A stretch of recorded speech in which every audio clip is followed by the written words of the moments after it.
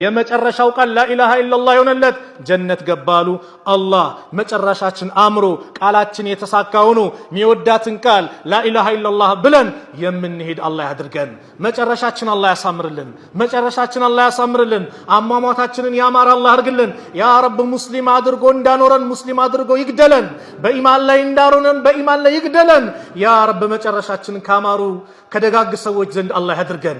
ቀብራቸው ከሰፋላቸው ባሮች መካከል አላህ ያድርገን። ከቀብር ቅጣት አላህ ይጠብቀን። ከቀብር ቅጣት አላህ ይጠብቀን። ከጀሃነም እሳት አላህ ይጠብቀን።